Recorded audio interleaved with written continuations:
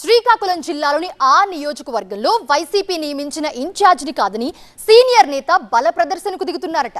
ఆ నియోజకవర్గాన్ని వదిలేదేలే అంటూ పార్టీ క్యాడర్ కు సంకేతాలు ఇస్తున్నారట. నియోజకవర్గ ఇన్ఛార్జిని కాదని అక్కడ తన పుత్రరత్నాన్ని ఎంకరేజ్ చేస్తున్నారని లోకల్ టాక్.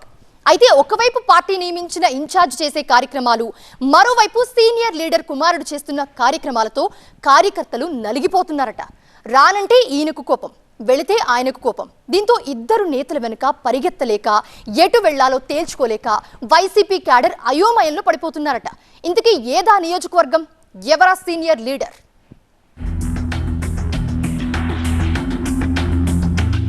అటు వెళ్తే సన్ స్ట్రోక్,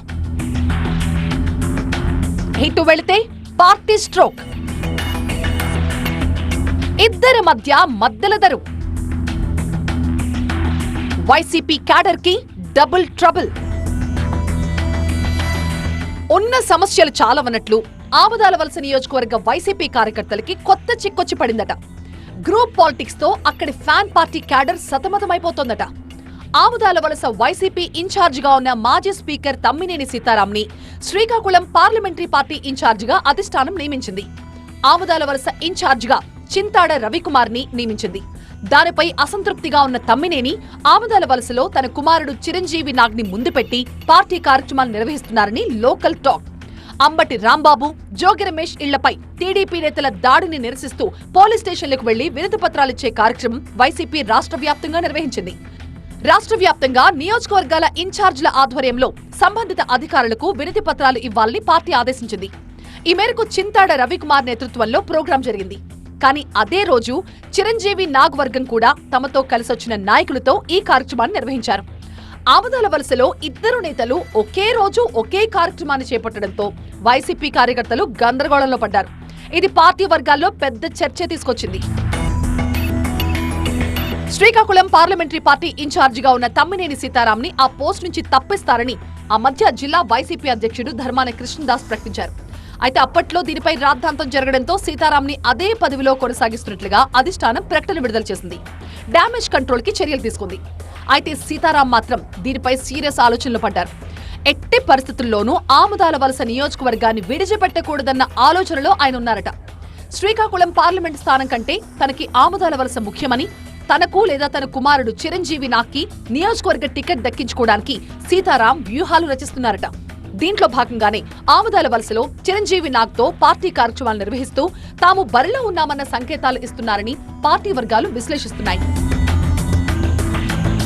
తమ్మినేని సీతారాం తన తనయుణ్ణి రంగంలోకి దింపి పోటాపోటీగా ర్యాలీ నిర్వహించడం వెనుక పెద్ద వ్యూహమే ఉందని లోకల్ టాక్.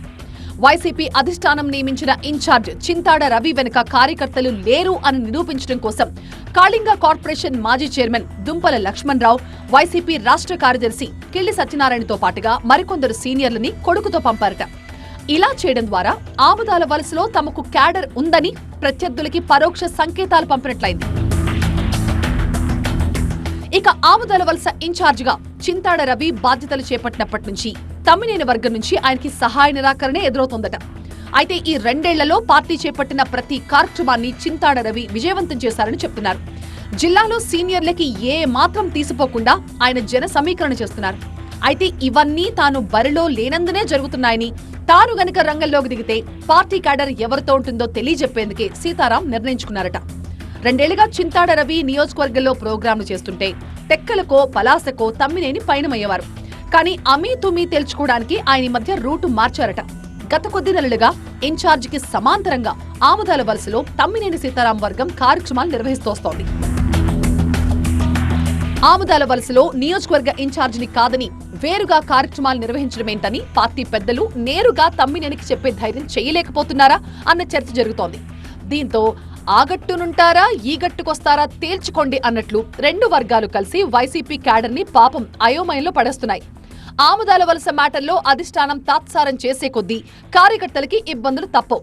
అది పార్టీకి నష్టం కలిగిస్తోందని విశ్లేషకులు చెప్తున్నారు. మరి నియోజకవర్గంలో ఈ గ్రూప్ పాలిటిక్స్ కి అధిష్టానం ఎలా చెక్ పెడుతుందో చూడాలి.